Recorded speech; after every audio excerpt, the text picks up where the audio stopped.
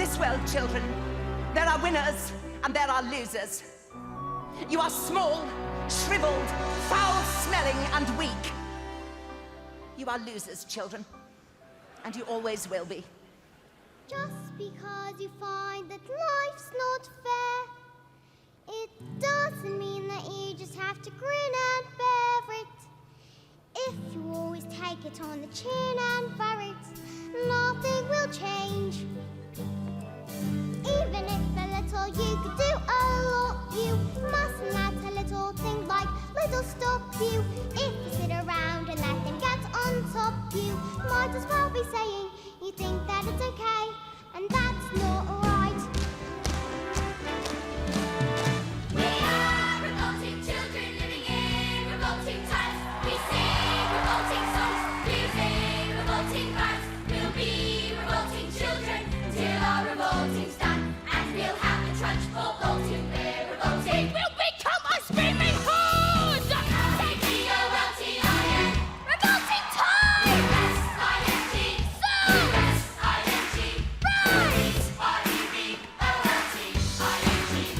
It is too late for you. We are revolting. We are revolting children living in revolting times. We sing revolting songs, using revolting rhymes. We'll be revolting children till our revolting's done. It is too late for you. We are revolting revolting times. We say revolting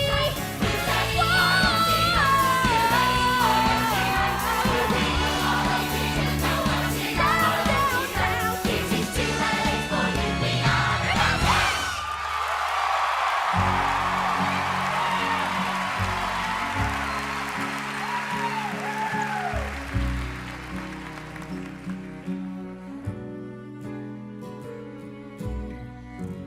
When I grow up, I will be brave enough to fight the creatures that you have to fight beneath the bed each night to be a grown-up. And when I grow up, I will be smart enough to answer all the questions that you need to know the answers to before you're grown up. And when I grow up, I will have treats every day, and I'll play with insects, monkeys, and monsters with all fun. And I will wake up when the sun comes up, and I will spend all day just lying in the sun. And I will notice I'll be all grown up when I grow up.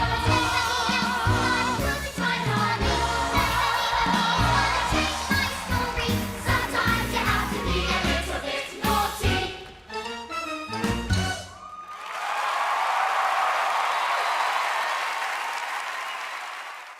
Muy buenas noches, es que estaba yo un poco despistado, Rufino. Menos mal, bueno, lo primero presentar, Rufino Pérez, muy buenas noches. Muy buenas noches, Dani. Menos mal Buenas que noches el a todos. micro no se abre cuando no se tiene que abrir. Tenemos hoy a los mandos técnicos al doctor Frusna, no como aquella vez que yo hosteé el programa y durante toda la cuenta atrás se nos oía a Finch y a mí y la gente estaba aterrada en los comentarios diciendo, por favor, se os oye, dejad de hablar, no digáis eso. En fin, Rufino, hoy venimos a hablar de un musical cuya adaptación cinematográfica está muy recientita y además que está en cartelera en Madrid todavía. Correcto. Hoy vamos a hablar en primer lugar de Matilda, o como yo la llamo, la Carrie premenstrual. Exacto, sí señor. Y vamos, toda la razón. Sí, sí, de hecho, luego si nos da tiempo comentaremos, porque hay algunas conexiones entre Carrie y Matilda, más allá de la más obvia, que es su poder de telequinesis. También hay un musical de Carrie. Por cierto, que Pero de ¿y hecho qué es un- hacemos? ¿Y qué hacemos que no estamos dedicándole un especial al musical de Carrie, Rufino? Bueno, pues porque no hay la película musical de la versión Es verdad, musical es verdad. de Carrie, pero es un fracaso además legendario. De hecho, existe la expresión, incluso un libro que se llama Not Since Carrie. No ha habido nada igual desde Carrie y que está dedicado a todos los grandes fracasos de taquilla de la historia del género, ¿no? Bien, bien, bien. Pues además, y lo sueño, te voy a hacer una pregunta a traición. ¿Lo he soñado, estoy equivocado o incluso hay una ópera del Resplandor? ¿Pudiera ser? O un... Pues he de decir que, como diría la infanta Cristina, no me consta. Vale, pues entonces me lo he inventado porque si tú no la conoces, es obvio. Podría ser, ¿eh? No soy el mayor experto en ópera contemporánea, pero he de decir que no soy consciente de su existencia. Sí hay, por ejemplo, pues Pena de Muerte, ¿no? Por mencionar otro título también que se ha llevado al cine con un gran éxito, tiene una fantástica versión operística, por ejemplo, ¿no? Oh, qué maravilla. Bueno, voy a saludar también Mm. al público. Menos mal que tenemos al doctor. Buenas noches, familia. Estoy en un punto en el que ya doy palmas hasta cuando toca. Y Ari MG dice, ¿voy a tener que ver Carrie? No. Mientras no hagan la película La musical película. de Carrie, Ari, no tienes por qué ver Carrie. Aunque, como bien dice Rufino, ya has visto Matilda. Y, en fin, algo de esto pues ya vas preparada. Por cierto, que el libro de Carrie es anterior al libro de Matilda, porque Matilda fue el penúltimo libro de Roald Dahl Mm. y 1988, o sea que para cuando escribió Roald Dahl Matilda, Carrie el libro y Carrie la película ya existían, o sea que ahí puede haber una Mm. conexión también. Y de hecho, Carrie, el musical, fue una producción de la Royal Shakespeare Company, como ocurre con el caso de Matilda, y esa es la otra gran conexión que hay entre ambos. Madre mía, madre mía. Bueno, pues Rufino, ilústranos, por favor, acerca de Matilda. Bueno, empecemos diciendo lo obvio, ¿no? Todos sabemos que está basada en el libro de 1988, uno de los últimos libros de Roald Dahl, que falleció en 1990. Es una producción, como os adelantaba, de la Royal Shakespeare Company, que estrena en primer lugar en su teatro de Stratford, que es la sede donde en muchos casos empiezan a rodar sus montajes. Y allí estuvo en cartel entre noviembre de 2010 y enero de 2011. Llegó a Londres en noviembre de 2011 y sigue en cartel. Sigue en cartel tras haber pasado por la sede, por el Barbican de la Royal Shakespeare Company. Ahora está en el West End, en un teatro comercial, en el Cambridge Theatre, ¿no? A Nueva York llegó poco después, en 2013, con también un buen éxito, si bien estuvo solamente, entre comillas, 4 años en cartel. Sobre los autores, el libreto es de Dennis Kelly y en cuanto a la partitura, tanto la letra como la música de los números musicales de Tim Minchin. Tim Minchin es un personaje muy interesante, es británico-australiano, nacido en 1975, por lo tanto, jovencísimo todavía, y es pues un actor y escritor. Comenzó en sus inicios en algún programa infantil para alguna televisión australiana y luego hizo una carrera fulgurante en el mundo de la comedia y a partir de ahí fue creciendo, ¿no? Hasta llegar a su primer gran proyecto y su primer gran éxito internacional.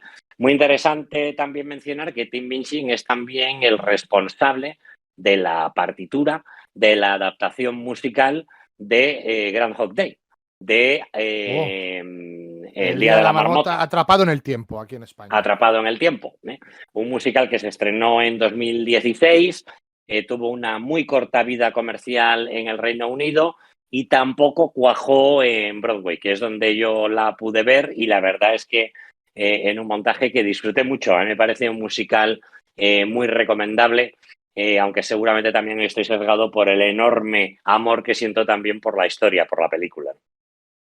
En cuanto a la dirección del montaje, estaba a cargo de Matthew Warchus, y en cuanto a las coreografías, que creo que también son muy relevantes en este particular caso, eran de Peter Darling.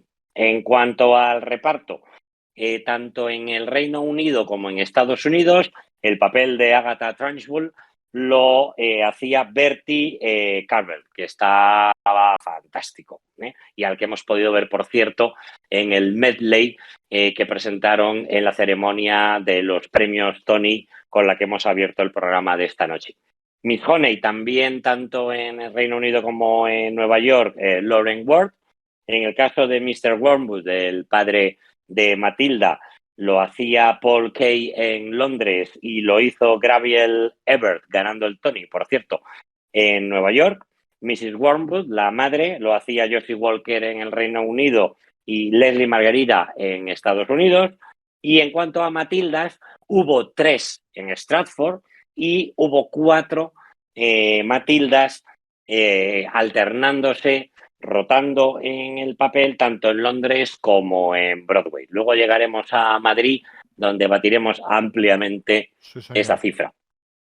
En cuanto a premios, bueno, pues fue un auténtico éxito en Londres. Ganó 7 premios Oliver, 7 Larrys, como se dice coloquialmente: musical, director, actor, actriz, que se lo concedieron a las 4 Matildas, ¿No? coreografías, escenografía y sonido. En Vale. Nueva York, Voy a tocar Sí. campana, Rufino, clink, clink, clink, clink. Jorge Koski se ha suscrito a nivel 1, 18 Bravo. meses, dice, cumpliendo meses con vosotros. Jorge Koski, te ponemos un pisazo en la castellana. Y te quiero preguntar, Rufino, una cosa que me ha llamado la atención. ¿Es habitual que un Tony se lo den a 4 actores o a 2 actores que alternan un personaje? No, no. Eso fue algo excepcional. De hecho, lo normal es siempre nominar al actor que debuta, que estrena el papel, y desde luego, pues no se considera nunca ni los alternantes, ni los Vale. covers, understudies, ni nada parecido. Pero como en este caso eran 4 titulares que simplemente iban rotando, lógicamente, pues para que los niños puedan compatibilizar las representaciones con los estudios, pues se lo concedieron a las 4. En el caso de Nueva York, a las Matildas les concedieron un premio honorífico de excelencia teatral. ¿Y por qué sucedió esto? Y no compitieron en la categoría oficial de actriz. Pues porque en Nueva York ya se ha vivido, y con una recepción crítica, el hecho de que los Billy Elliots de unos años atrás también habían ganado el Tony Ya. compartido, ¿no? Los 3 o 4, no recuerdo, Billy Elliots habían ganado el Tony. Eso generó mucha polémica porque, lógicamente, yo creo que es una situación como mínimo asimétrica, ¿no? Estás dando un premio a varios niños, los cuales pues es seguro que no todos tienen las mismas cualidades y que no tienen que hacer el mismo esfuerzo ni que tienen el mismo grado de dedicación pues que un actor profesional, ¿no? Con lo cual, el comité organizador o regulador de los premios Tony, que actualiza la regulación de los premios cada año y que luego va decidiendo qué se puede clasificar para cada categoría, lo que hizo fue desterrar ya esa posibilidad para el futuro. Y por eso, en los Tony, las Matilda lo que sí obtienen es un premio honorífico, ¿no? Que yo creo que es un buen reconocimiento y que hace más justicia, ¿no? Más allá de eso, en los Tonys, además, Matilda ganó libreto, actor secundario, como decía el papel de Mr. Wormwood, escenografía e iluminación.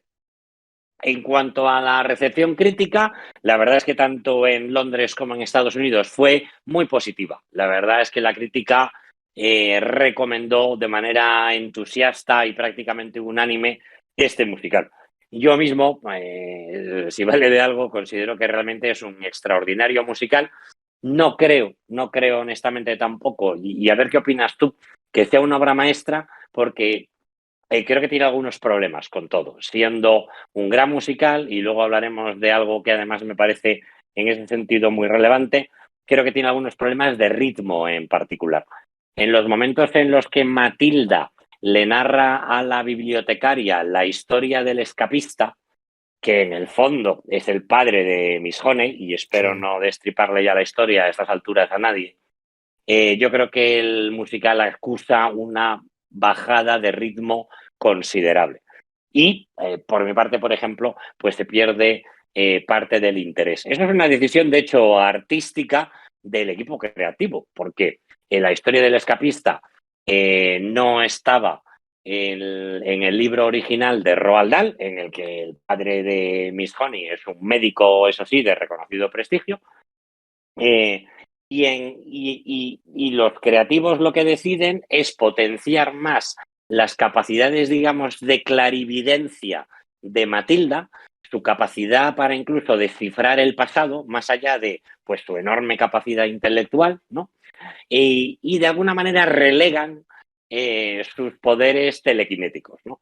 Bueno, eso teatralmente me parece una decisión compleja, ¿no? Porque creo que además hoy con los recursos que hay, pues la telequinesis de Matilda podría dar mucho más juego del que da en escena, ¿no?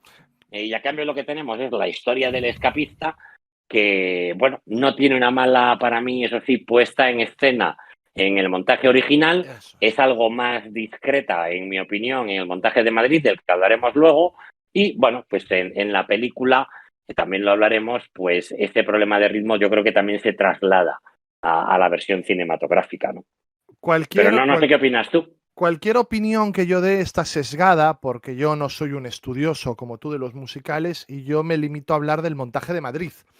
Lo cual ya, pues, en fin, yo ya no hablo del musical como tal, sino del montaje que yo he visto. Yo no tengo especial problema, y dice Ari MG que ya tampoco, que la historia del escapista le gusta. Yo no tengo especial problema con la historia del escapista y la puesta en escena de la historia del escapista me parece original, simpática, un recurso interesante. Sí que es verdad que tengo otros problemas con la obra. Lo de la telequinesis me parece sangrante, en el sentido de que si algo tienes en la cabeza cuando piensas en Matilda, aunque solo sea por la película de Danny DeVito, es en la telequinesis, que está muy potenciada en esa película. Además, cuando tú llegas al montaje de Madrid y ves todos esos libros en el decorado, piensas que en algún momento esos libros van a salir volando, que al final, pues claro, evidentemente eso no sucede, se limitan a hacer un truco de magia un tanto, digamos que regulero, sí, con un rollo en una quesera y tal, en fin, una cosa cutre. Pero mi problema, y yo esto, fíjate, la primera vez que yo vi, porque yo el montaje en Madrid lo vi 2 veces, la primera vez noté mucha diferencia, y esto es algo que me pasa mucho con los musicales, entre el primer acto y el segundo. El segundo me interesaba menos. En esta ocasión no tuve tanto problema en la segunda ocasión. A lo mejor es porque ya iba predispuesto a que me iba a gustar menos y me interesó un poquito más. Tengo un problema, eso sí, con el personaje de la bibliotecaria, que es un personaje que me interesa lo justo y que está de aquella manera. Bueno, pero que está potenciado y desarrollado porque es la interlocutora de Matilda Claro, en la historia del escapista. No es tanto el escapista como la bibliotecaria. Tengo algún problema con la canción en la casita de té esta de la profesora, que me rompe el ritmo totalmente. Y luego tengo un problema también muy serio con el final del montaje de Madrid. Bien es cierto que me han dicho que ese final en Madrid pues está de aquella manera y que no es exactamente como era el final del musical en sus representaciones habituales por todo el mundo. Tengo, y a lo mejor no es el momento de entrar en esto, creo que toda esa escena de los albano-kosovares a escenario vacío, llena de morcillas, resuelta a la carrera y que tiene nula gracia, me parece un epílogo terrible para una obra que tiene el Revolting Children 3 minutos antes y que sería un final maravilloso para la obra. Pero esto son cosas mías y sobre todo cosas del montaje de Madrid. No, pero déjame que explique alguna cosa antes de llegar a Madrid, por seguir, digamos, un cierto orden. No, para nada, un cierto orden cronológico, pero vamos, estoy muy en tu línea de pensamiento. Por otra parte, lo que sí también quería decir es que aunque hay algunos problemas para mí de ritmo, de decisiones creativas, yo creo que los números musicales en términos generales son extraordinarios. Y para mí, además, son un fantástico ejemplo de cuál es el poder del teatro musical. Es decir, la manera en la que consiguen informar o conmover al espectador a través de ciertos números musicales, a mí me parece imbatible. Y yo creo que es la mejor manera de sintetizar cuál es la magia del teatro musical en cualquiera de sus vertientes. O sea, me da igual que hablemos de ópera, que hablemos de comedia musical. Yo creo que ese es el gran poder de la música. sobre el escenario, ¿no? La manera en que se presenta Trunchbull con el número de Hammer. Yo creo que no hay mejor manera de informar a la audiencia acerca de quién es Trunchbull. Esto es imbatible y es fácil comprobarlo además, por ejemplo, comparando pues, aunque luego supongo que seguro lo mencionarás, comparando pues la película de Danny DeVito, que por otra parte me parece extraordinaria, con la versión cinematográfica del musical. El número de presentación de la escuela, School Song, también me parece que explica fantásticamente a qué clase de escuela va a ingresar Matilda. De la misma manera que Loud es un número que nos informa fantásticamente de quién es la madre de Matilda, o que Revolting Children nos habla acerca de esos niños y nos emociona, o los máximos niveles, yo creo, de conmoción, pues tenemos el When I Grow Up, ¿no? Que yo creo que es un número musical fantásticamente resuelto en el escenario y que de hecho creo que pierde muchísimo en su traslado a la gran pantalla. No, yo creo que es muchísimo menos conmovedor, aunque de eso hablaremos después. Pero como resumen, yo creo que hay en esta partitura fantásticos números musicales que explican muy bien cuál es el poder de la música sobre una escena, ¿no? Más allá de eso, además de Reino Unido y Estados Unidos, pues hubo ha habido numerosísimas producciones internacionales, Australia y Nueva Zelanda entre 2015 y 2017, Toronto entre 2016 y 2017, incluso Filipinas también en ese año, 2017, hasta llegar a España. Hasta llegar a España en el año 2022, como todos sabéis, sigue en cartel. Es un musical dirigido por David Serrano, que es un nombre habitual del teatro musical e incluso también del cine musical en España, en el que hay 7 Matildas. Por alguna razón, en España necesitamos más Matildas que en el resto del mundo. Sería interesante entender pues cuál es la motivación. Hay que decir, sin duda, que es bueno pues tener banquillo, ¿no? Porque yo mismo en la función a la que asistí vi a 2 Matildas. Me pasó a mí también, la del primer acto y la del segundo.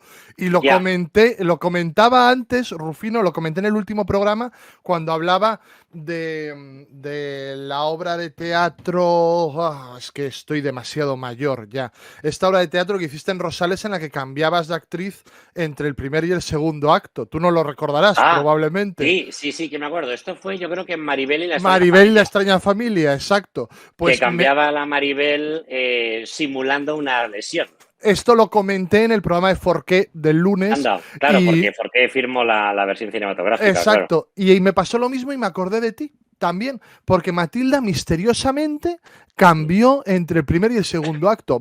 Pensé que se había puesto mal a la niña, pero veo que es algo habitual. No, pero a ver, ojo, en mi caso he de decir que la Matilda del primer acto, ya a partir del segundo número musical, empezó a ronquear a lo Carmen de Mairena y se nos hacía ya muy evidente a todos que esa niña no iba a ser capaz de llegar ni siquiera al final del primer acto. Decías, ¿no? Qué bien está Maruja Torres como Matilda. Exacto, ¿no? O sea, un poco mayor, pero por lo demás... Deberían ponerle una ortodoncia. Sería la Carrie menopáusica, ¿verdad? Pero claro, y hubo un momento en el que interrumpieron el musical, salió David Serrano, es verdad que yo estuve en las primeras funciones, con lo cual, pues, Serrano todavía estaba por allí, ¿no? A explicar, pues oye, que pues la niña pues tenía un problema vocal y que sacaban a la que tenía en el banquillo, ¿no? Calentando en el banquillo. Hay que decir, eso sí, que yo creo que fue un gesto muy entrañable, que en el saludo final salieron las 2. Ah, bueno. Pero bueno, dicho esto, es verdad que 7 niñas puede parecer un número elevado. Hay que decir, por otra parte... No a Sánchez Dragó. No. Probablemente no, pero no sé quién es el señor del que usted me habla. Hay que decir que la productora de Matilda tiene su propia escuela infantil de teatro musical. Exacto. Lo cual yo creo que tiene pues un lado interesante de creación, ¿no? de talento. Además, yo creo que dentro del reparto, para mí, los que mejor están en Matilda en Madrid son los niños. Sí. Y además, con diferencia. Sí. Con diferencia. Para mí el reparto adulto en general es bastante mediocre o no está bien dirigido, puede ser cualquiera de las dos cosas. Pero obviamente también seguro que hay una finalidad lucrativa, ¿no? En el hecho de crear una escuela de teatro musical, porque ya sabemos que el mundo está lleno de madres de la pantoja, con lo cual, Exacto. pues, en fin. Y Hombre, además- y dentro de esto, pues es más fácil dar satisfacción a 7 matrimonios que a 4 o que a 3, me Y imagino, ¿no? cuantas más posibilidades tengan de lucir al niño en el Teatro Nuevo Alcalá, pues mejor. Y además ahora en Madrid coinciden los chicos del coro, Matilda, la historia Claro. interminable, está lleno de niños No. cantores, Madrid. No, es que ahora, de hecho, hay más niños cantores en Madrid que niños de verdad. O sea, Exacto, sí, sí, sí, sí. no o sé sea, cómo lo hacen. entonces, pues eso era precisamente lo que iba a decirte, lo de lo mal pensado que soy yo con lo de las escuelas de teatro musical. Dice Ari que es por los horarios de los niños, que no pueden hacer tantas horas. Desconozco exactamente la regulación en el sector No y lo si es sé. distinta a la de los países anglosajones, pero cuenta el IMG, y supongo que esto más también lo conocerías, que en Billy Elliot, ahora tienen siempre 2 niños, pero que en Billy Elliot tuvieron que ir a buscar a su casa a uno de los covers a mitad de la obra y el segundo acto empezó más tarde por un retraso de este estilo y que entonces ahora siempre tienen en el teatro a un par de ellos para hacer las sustituciones. Muy bien, dentro de eso, el montaje de Madrid yo creo que es un buen montaje, es un montaje solvente. Como digo, dentro del reparto creo que están mucho mejor los niños y que evidentemente pues se notan los años incluso de preparación que han tenido dentro de esa cantera que se ha estructurado a través de su escuela de teatro musical infantil. Los adultos, la verdad, es que no me gustaron especialmente. Trunchbull, hay 2 actores haciéndolo y alternándose. En fin, no sé si también es culpa de la última reforma laboral. Oriol Durés y Daniel Orgaz. Yo vi a Durés y la verdad es que me costó aceptarlo, me llevó una buena parte del tiempo ya con él en escena, aceptarlo como Trunchbull no me entusiasma, la verdad. Dicho esto, es verdad que tiene problemas claros de ritmo, más allá de los que sean estructurales, en mi opinión, como el del escapista, que además tampoco está muy bien resuelto a nivel de puesta en escena, pues tú lo has dicho, el momento de los albano-kosovares, que eran rusos en el original, pero bueno, por alguna razón hoy no queremos tener a rusos en escena, por la razón que sea. Yo creo que estaba dirigido con poca atención. Estoy seguro también de que hay mucha más foco, mucha más atención, mucha más presión en la preparación, ensayo de los números musicales que no de las partes habladas, ¿no? Porque lógicamente nuestros actores no están tan preparados. Pero el descuidar las partes habladas también al final se acaba observando y acaba generando problemas, ¿no? Y uno principal es el del ritmo, porque es verdad que en el montaje que yo he visto en un par de ocasiones en Londres de Matilda, ese momento es divertido, quizás innecesario. A mí me gusta, la verdad, más cómo resuelve, digamos, la huida de los padres de Matilda, Danny DeVito, en la película que dirigió en su día, que cómo está resuelto en el libreto del musical, pero desde luego no tienes esa caída a plomo del ritmo y del interés que se sufre en Madrid. Luego hay otra cosa que he de decir que me irrita algo, y es que hay momentos del musical que están copiados del montaje original de Londres. En particular, el más evidente es el de When I Grow Up, con los columpios, pero en ningún momento aparecen acreditados los creativos del montaje teatral de Londres. Entonces, yo sigo teniendo la duda de si esto es una copia, en fin, hecha de manera Sí. mm, Ya está, ya hemos subterránea, entendido. No busques más eufemismos. Te hemos ya. entendido perfectamente, Rufino. O si no han tenido la obligación de acreditar pues las aportaciones, que son muchas más, del equipo creativo original, ¿no? Porque en Aunque ningún ya digo, hay caso es momentos una, en que se aparta. en ningún caso es una No es una franquicia. réplica, no es una réplica literal, pero como digo, hay muchísimos elementos del montaje original, desde el vestuario, que es prácticamente idéntico al del montaje original, hasta, pues, por ejemplo, la manera en que se resuelve el When I Grow Up, ¿no? Más allá de eso, tampoco yo creo que nos tenemos que obsesionar ni frustrar porque todavía este musical no pueda mirar a los ojos a sus homólogos de Londres o de Estados Unidos. Ricard Rewan siempre dice, y con muchísima razón, que nos llevan 150 años de ventaja. Y obviamente Sí, eso no se resuelve en 2 días. En los últimos tiempos, es decir, que para mí el único montaje al que hemos asistido en España que sí podrían mirar a los montajes de musicales que se producen en el West End o en Broadway, pues es el Company de Antonio Banderas.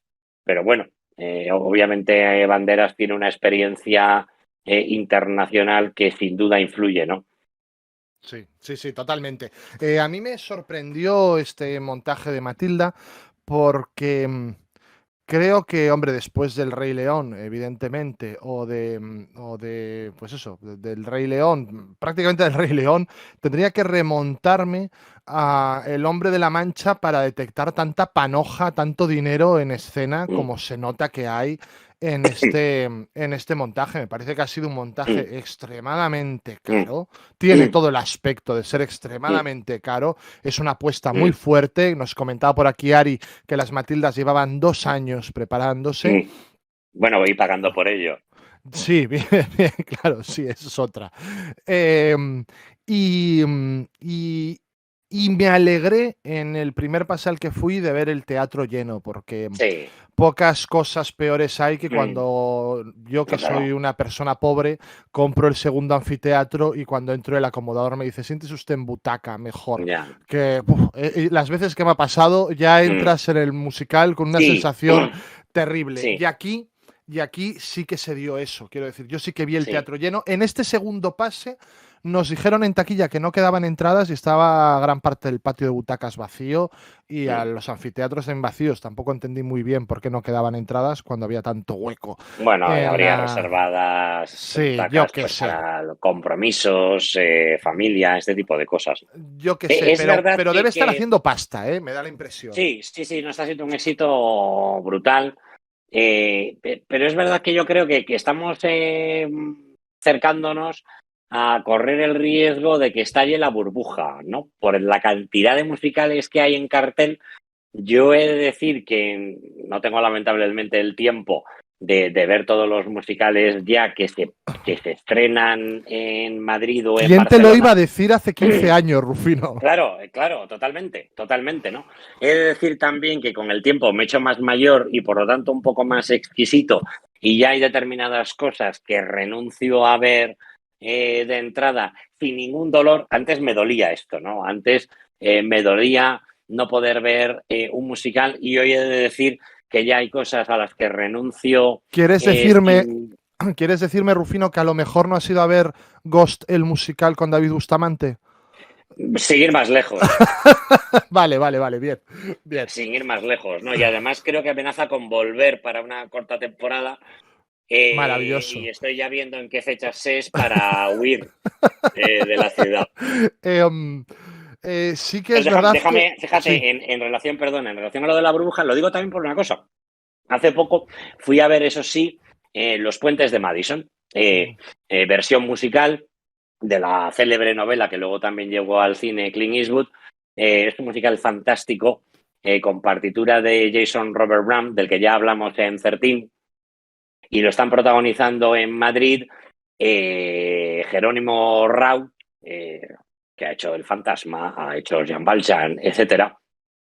que es verdad que como fotógrafo sexy, en fin, tendría que ir un poco más al gimnasio, ¿verdad? Pero ya sé que esta opinión hoy es terriblemente incorrecta. Y ella lo hace Nina. Sí. Bueno, Meryl Streep española. Totalmente, ¿no? Aunque, mira, yo a esto fui un martes, porque uno es un desgraciado y puede ir cuando puede ir, y no estaba Nina, sino su suplente. Nada mal, porque era Julia Moller, que es una actriz también muy relevante de los últimos años de teatro musical, ¿no? Hay que decir que ya en el montaje de Broadway en su momento los personajes estaban deliberadamente rejuvenecidos, o sea, pertenecen a una generación diferente que los personajes que vimos en la película, ¿no? Pero más allá de eso, era un martes, es cierto, ¿no? Pero bueno, es verdad que había media entrada y una cosa mucho más sorprendente. Como os podéis imaginar todos, pues Los Puentes de Madison no puede ser un musical que exija una gran espectacularidad escénica. Tiene que ser un musical pequeño, con muy pocos personajes, de pequeño formato, donde lo que importa es la historia de las canciones. Pues había una inversión escenográfica absolutamente desproporcionada. O sea, la cantidad de escenografías, de recursos, los famosos puentes de Madison, ¿no? Apareciendo, desapareciendo, elevándose.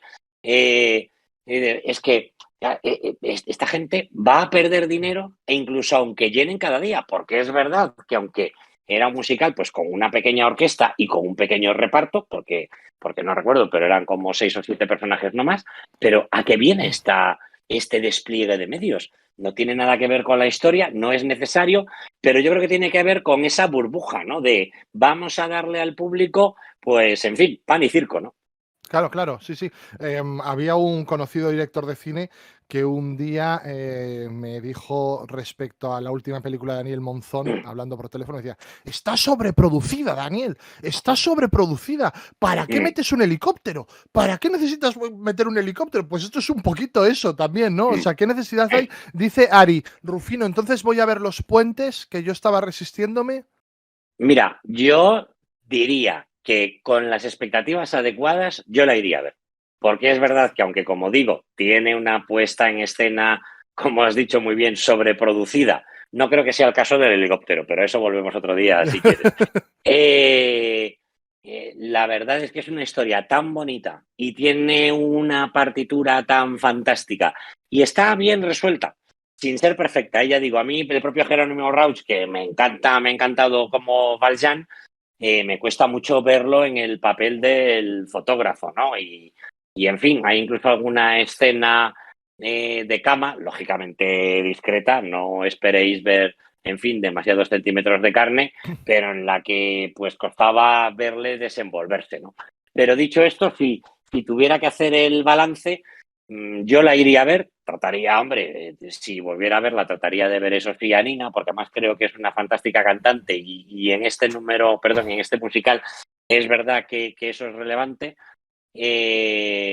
Y, hombre, yo creo que vale la pena. Como digo, con las expectativas adecuadas. Y además, como está en recta final, vamos, estoy seguro que los pobres deben estar haciendo 2x1 y 3x2 y cosas parecidas. Ya, bueno, Ari dice que Jero es monísimo y que a ella Jero le encanta. O sea que en ese caso, pues Pues mira. tiene ya varios puntos ganados, porque a mí, gustándome mucho como actor, pues me costaba mucho ver en este rol en particular, que tampoco es que creo que tenga que ser, ¿sabes? Claro, el propio en fin. Clint Eastwood en la película tampoco es que estuviera en un estado. No, pero bueno, estamos hablando de un personaje de otra edad, ¿eh? Como digo, Ya. en el musical deliberadamente rejuvenecen a los personajes porque eso de hecho hace que la decisión de ella sea más dramática, ¿no? Porque al final tiene mucho más futuro sobre el que decidir, ¿no? Que en el caso de Meryl Streep en la película, ¿no? Pero en fin, nos estamos desviando Hasta completamente aquí del el tema. programa sobre Los Puentes de Madison, amigos. Perdonadme. Pues nada, sí, a mí me gustó y me alegró el notar cierto salto de calidad ya en las producciones en España, que eso sí que lo estoy notando. Más allá de la burbuja, Sí. tú el otro día me mandabas el calendario que hay de estrenos en Madrid para la temporada que viene y es una cosa demencial. O sea, demencial para mí, yo feliz. O sea, yo me iré Sí, a sí, Madrid sin 2 o duda. 3 veces Pero a ver asusta, teatro. asusta. Pero yo no sé tampoco si hay mercado para tanto. No, Em, no, claro, piensa que yo todavía no he tenido tiempo de ir a ver Malinche, por ejemplo, ¿no? claro, pero Rufino, me extraña en ti. Tendrás la entrada ya comprada. No, estoy buscando el día. Vale, bien, perfecto. Pero antes o después la iré a ver, pero ya te digo que, en fin, aunque solo sea como para autoinfligirme esa clase de castigo. Por Dios, eso es lo típico que tendríamos que ir a ver juntos, Rufino. Me puede volver loco ir a ver Pues Malinche be my contigo. guest. Eh, bueno, si quieres, hablamos un poco de las adaptaciones cinematográficas de Matilda. Primero mencionar, Claro, pues, claro. Déjame decir solo para sí, terminar con el apartado teatral que mucho antes de que se estrenara la versión de Minchin y Kelly, hubo otra versión musical oh, de Matilda. oh, Hablamos del año 1990, autores Ken Howard, Alan Blakely. Nadie ha vuelto a oír nunca más de esa versión. Debieron perder los derechos, debieron expirar porque fue un musical que rodó por el circuito regional británico y nunca llegó a la por lo que capital ni sea, no. existe ningún tipo de testimonio al respecto. Con lo cual, pues hombre, es de suponer, cabe deducir, pues que no debía ser especialmente acertado, ¿no? Es curioso, además, 2 años después de la publicación del libro, o sea, muy Mm, rápido, vamos, mm, mm, mm. curiosísimo. Sí, sí. Carol CR80, clink, clink, clink, clink, clink, se ha suscrito con Prime. Carol, te ponemos pisazo en la castellana. Yo fui a ver al cine la película de Danny DeVito, de Matilda, Aquellas Navidades del 96. Y he vuelto a ella un par de veces y he de decir que es una película que me apasiona, pero porque en general me apasiona el Danny DeVito director y creo que esta película tiene muchas de sus virtudes. Esa mala leche, esa imaginación visual, en fin, es una película que me gusta muchísimo. Y he de decir, Rufino, para tu sorpresa probablemente y para la sorpresa de Frusna también, que la película de Netflix me gusta bastante. Me gusta bastante, me gustó bastante ya en su primer visionado.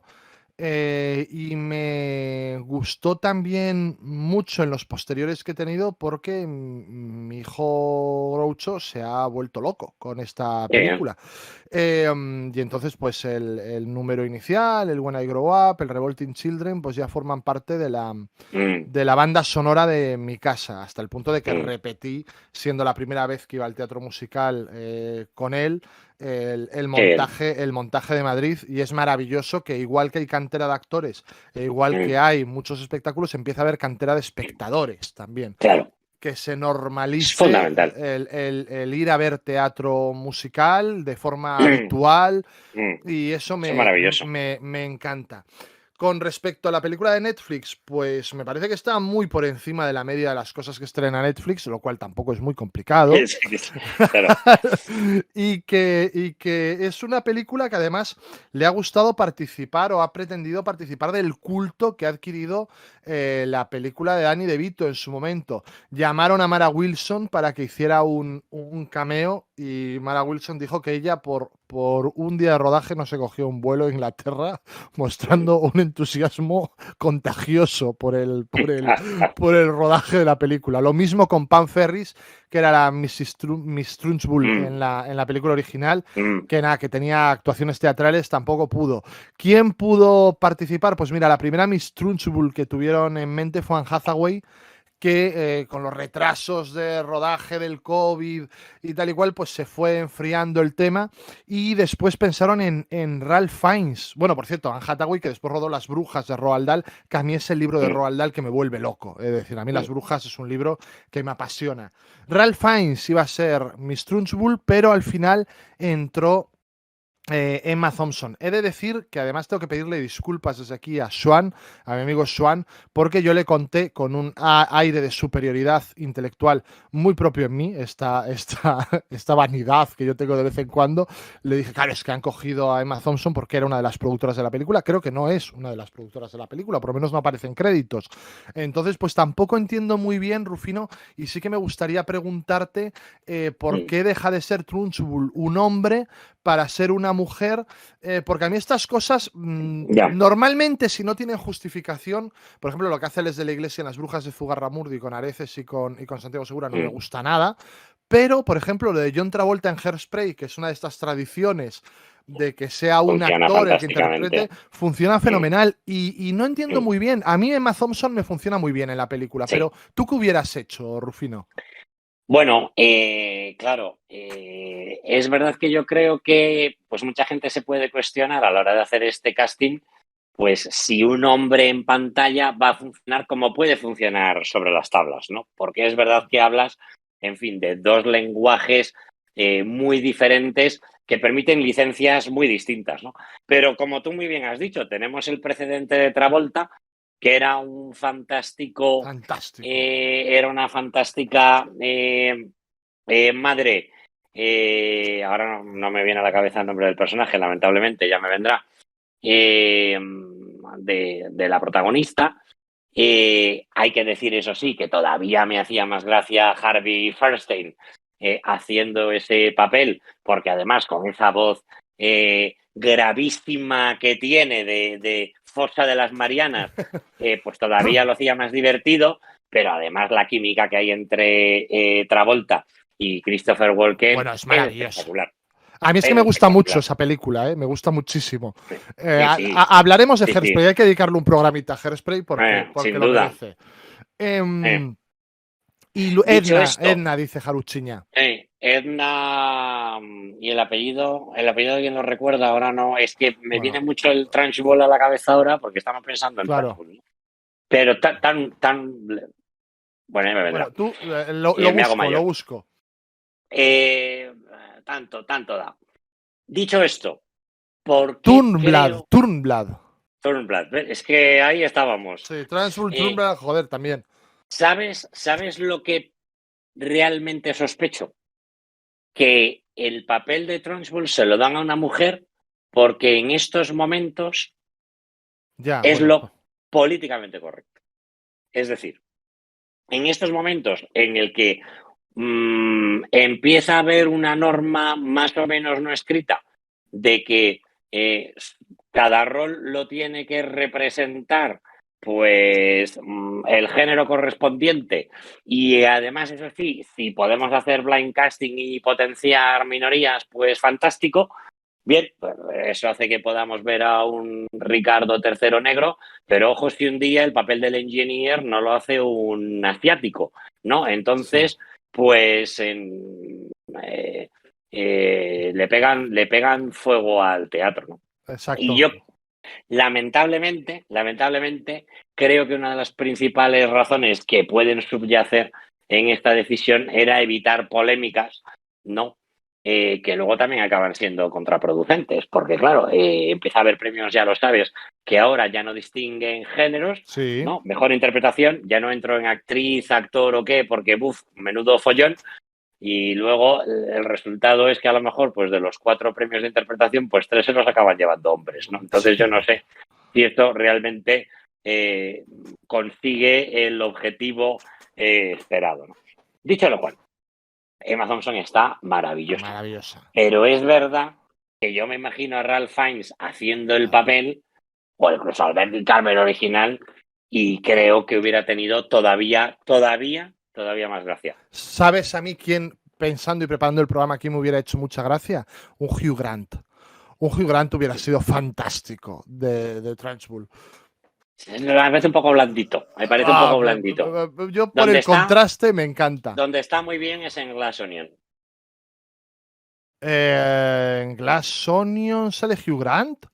Sí, es el compañero de piso. Hostia, es verdad, claro, el cameo está fantástico. Pero es que Hugh Grant está siempre muy bien. Está muy bien. Está muy bien. Claro, una provocación.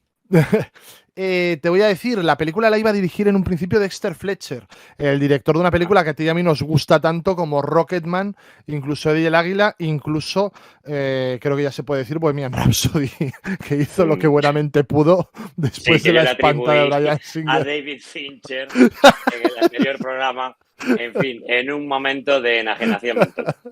Bueno, y parece ser que en el rodaje, además, Emma Thompson era especialmente agradable con los niños. ¡Ay, echa niña, que venga aquí Matilda! Y le daba piruletas y tal, hasta que el director le dijo, por favor, Emma, tienen que tenerte miedo, cariño. Métete en el papel, aunque Claro, no sea por los niños. claro, sí, sí, sí. Sí.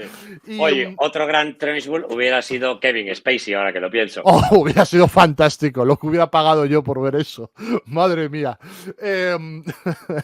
Vamos a escapar de este charco. Menos mal que no está Finch, Venga, Rufino. venga.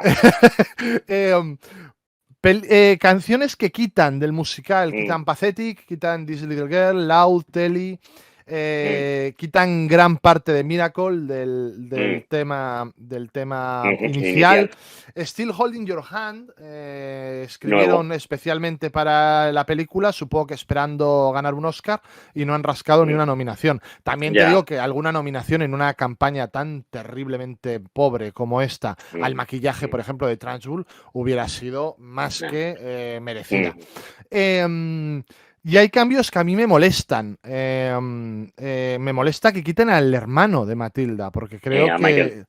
que añade. En cambio, y te digo, hablo desde el referente del montaje de Madrid, que se carguen a este bailarín de salsa espantoso. A mí es que no me gusta nada en el Me montaje parece de Madrid. maravilloso.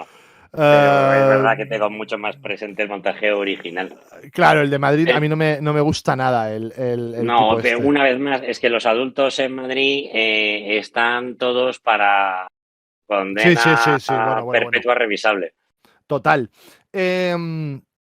Y luego ciertos guiños que he descubierto preparándome, que tiene el propio musical hacia la obra de Roald Dahl. Por ejemplo, en Revolting Children, lo que cantan es We Sing Revolting Songs Using Revolting Rhymes. Ese Revolting Rhymes es un libro de Roald Dahl que meten el título en la letra de la canción, y me parece pues de estos guiños que me gustan mucho. Me gusta también, que creo que lo tenía también en cierto modo la película de De Vito, y no sé el libro, porque yo el libro no lo he leído, esta mezcla que tiene de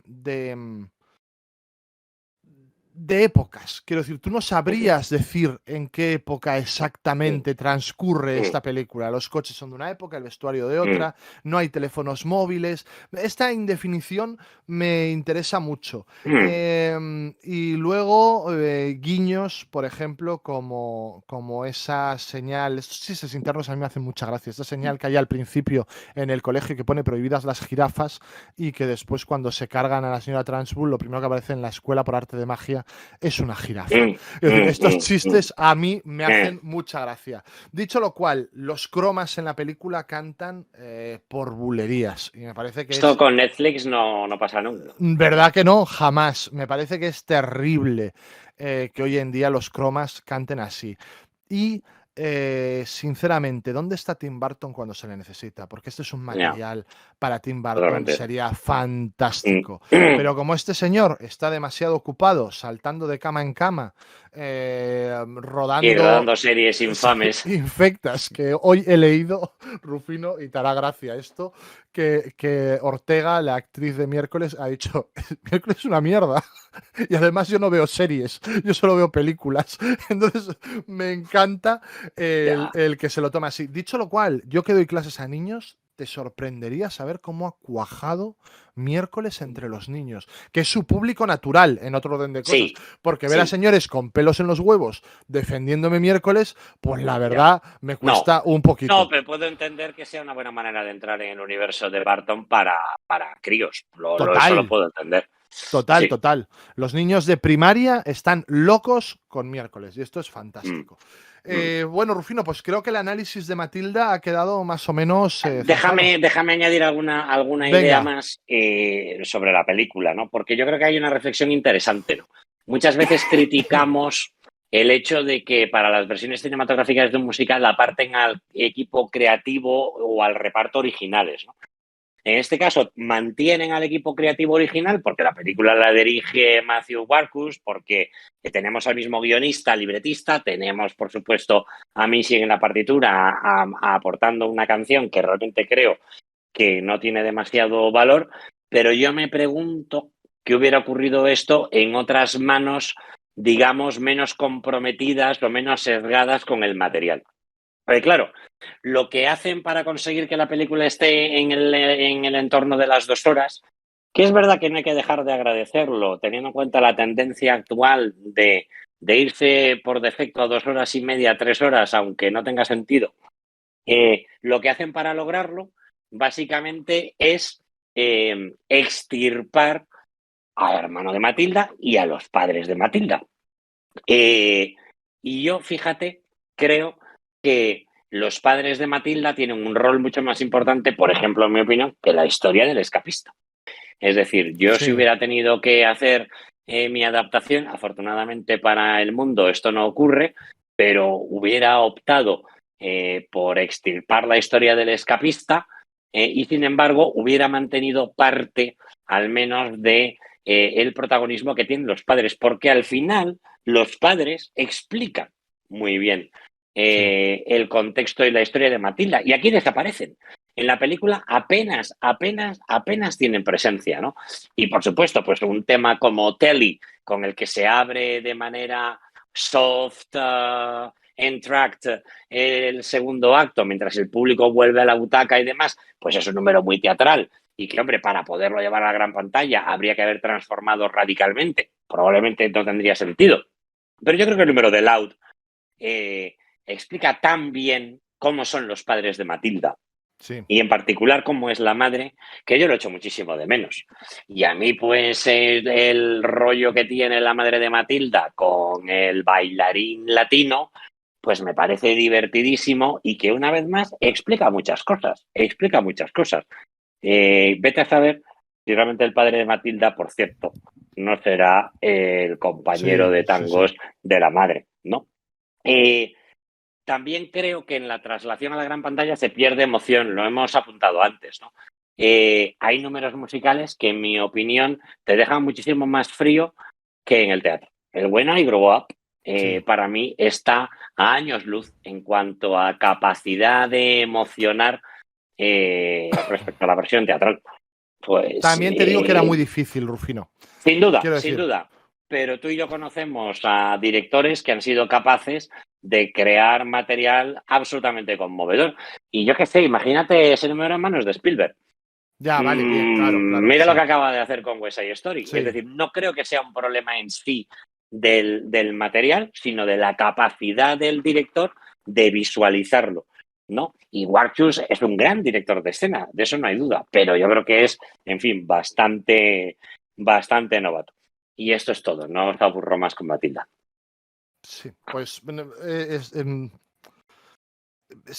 quiero decir, el efecto de los columpios, que tienen algo de rotura de cuarta pared también, porque hay un momento en el que se balancean por encima del público directamente. Es muy, muy complicado. Dice Ari MG, When I Grow Up en teatro dice Trayolo, When I Grow Up en teatro es sublime. Dice Ari, When I Grow Up necesitaba de unos columpios. Pues bueno, Rufino, si te parece, vamos a ir con el musical sorpresa, pero antes del musical sorpresa, y te he de decir que me muero de ganas de hablar de este musical, vámonos a dar una pista de qué musical es, ¿te parece? Adelante.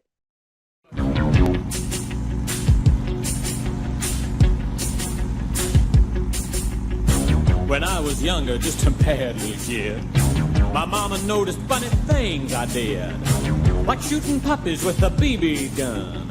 I'd poison guppies, and when I was done, I'd find a pussycat and bash its head. That's when my mama said, What did she say? she said, my boy, I think someday you'll find a way to make your natural tendencies pay. You'll be a dentist. You have a talent for causing things. Son, be a dentist. People will pay you to be inhumane. Your temperament's wrong for the priesthood, and teaching would suit you still. Sound be a dentist, you'll be a success.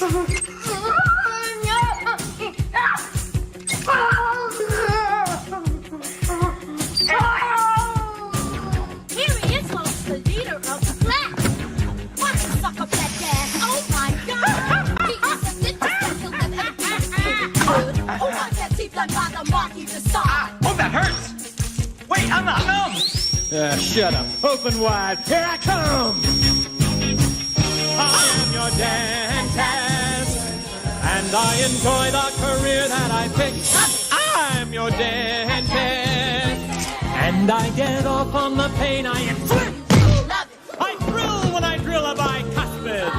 It's swell, though they tell me I'm maladjusted. And though it may cause my patients distress, somewhere in heaven above me, I know that my mama's proud of me. Oh, mama? 'Cause I'm a dentist, and the sick fail. Say ah. Say ah. Say ah. Now spit. Bueno, Rufino, me tocas especialmente la patata con este musical, porque yo hoy lo decía en Twitter, es probablemente esté en mi top 5 de musicales de la historia. Es un musical que me vuelve loco, Rufino. Little Shop of Horrors, cuéntanos. Bueno, es una pequeña obra maestra, ¿no? Es un musical absolutamente entrañable. Es no el primer musical, pero sí el que descubrió a esa pareja icónica de Howard Ashman y Alan Menken, ¿no? Yo creo que quizás sea interesante que os dé un poco de contexto. Howard Ashman ya en 1977 era el director de un pequeño teatro del Off-Broadway, del WPA Theater, en Nueva York. Solo tenía 27 años cuando ya era el director artístico. Y en esos momentos también participó en un workshop del BMI. El BMI es como la SGAE estadounidense, la Broadcast Music Inc., aunque nunca ha estado salpicada, en fin, de los acontecimientos que han rodeado a la versión española, y que produce cada año, tiene una, digamos, pequeña escuela para autores de teatro, también de teatro musical, y es en ese workshop donde se conocieron Ashman y Menken. Por cierto, otro compañero suyo en esa época era nada más y nada menos que Maury Yeston, hasta el punto de que Howard Ashman dirigió la primera versión workshop de Nine. Imagínate, ¿no? Joder. Y tras conocerse, escriben su primer musical basado en una novela de Kurt Vonnegut, que era God Bless You, Mr. Rosewater. Estamos hablando del año 79. Y poco después, pues deciden adaptar una pequeña película de Roger Corman de 1960 llamada The Little Shop of Horrors, ¿no? Que había escrito Charles B. Griffith. Esta película, que cuentan las leyendas, que se rueda en un fin de semana en unos decorados que se iban a demoler directamente, uno de los primeros papeles en cine de Jack Nicholson, y que Frusna y yo estamos de acuerdo en que para ser lo que es, no es una mala película. No lo es. Yo, Corman es muy raro que a mí una peli de Corman no me guste, y esta no es la excepción. Perdona, Rufino, sigue. Muy bien. Bueno, pues como os decía, deciden adaptar la película de Corman.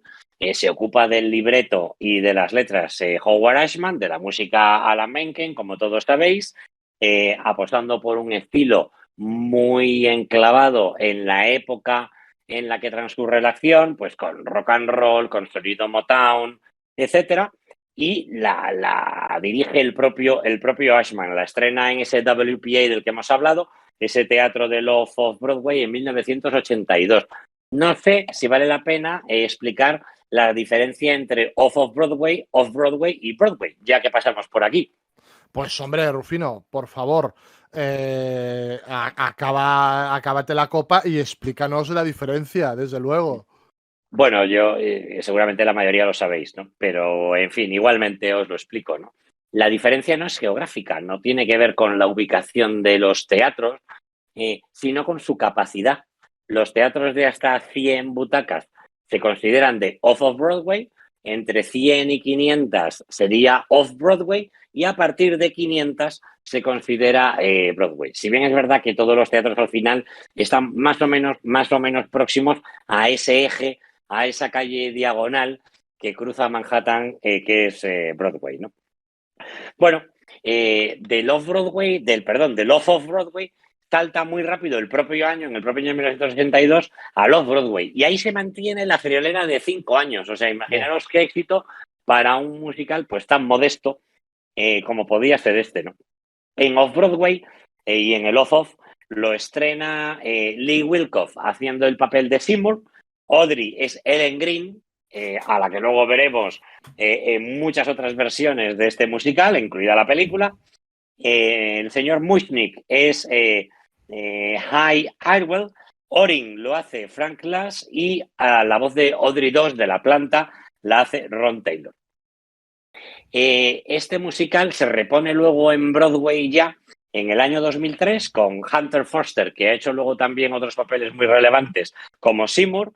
Audrey era Kerry Butler, Mr. Mushnick era Rob Bartlett, Douglas Shields hacía el papel de Erin o del dentista, aunque ese actor siempre hace otros personajes en el montaje teatral, y la voz de Audrey II era la de Michael Bully. En 2015 el musical pasa por el New York City Encores, de esto creo que hemos hablado alguna vez, el City Center de Nueva York, que es un teatro público, está dedicado a la recuperación de títulos más o menos olvidados, ¿no? Es verdad que en los últimos años la dirección artística ha dado un pequeño giro y también incorporan algunos títulos pues más conocidos, ¿no? En la última temporada, por ejemplo, ha habido con gran éxito un Into the Woods, que luego de hecho ha saltado a Broadway en una temporada corta, eso sí, una temporada limitada con muchísimo éxito. Son montajes siempre austeros desde el punto de vista de la puesta en escena, rozarían el concierto semi-escenificado, pero sobre todo nacían con esa intención, ¿no?, de recuperar títulos olvidados o que pues tendrían muchas dificultades en un teatro comercial, ¿no? En ese concierto, como digo, en esa versión semiconcierto de 2015, el papel de Seymour lo hace pues un actor que igual os suena, Jake Gyllenhaal. Joda. Y el papel de Audrey, Ellen Green, ¿eh? Una Ellen Green, pues hombre, bastante más talludita, porque estamos hablando de 2015, cuando la chiquilla lo había estrenado en 1982, pero que si tenéis ocasión de recuperar algún momento en YouTube, porque a algún momento se puede encontrar, pues seguía estando fantástica. Y por último, hay que mencionar que el musical vuelve a Off-Broadway en 2019, se interrumpe durante la pandemia, pero luego se reanuda y todavía hoy se puede ver. Y el papel de Seymour lo hace Jonathan Groff, al que también hemos visto pues en televisión y en otros muchos montajes relevantes, pues sigue la senda de Jake Gyllenhaal, que es la de que el papel de Seymour, pues ya lo hagan actores que no son nerds, ¿no? Que no son, Ya. pues, actores, pues, más o menos, en fin, desarrapados, con poca, digamos, presencia o con poco carisma, ¿no? Lógicamente, pues se meten en el personaje y la verdad es que Groff estaba fantástico. Yo tuve la suerte de poder ver ese montaje y la verdad es que era extraordinario, un montaje divertidísimo y muy buen resuelto en un pequeño teatro, como digo, de Off-Broadway, con Audrey hecho por Tammy Blanchard, que estaba estupenda. El papel de Mushnick lo hacía T.A. Robbins.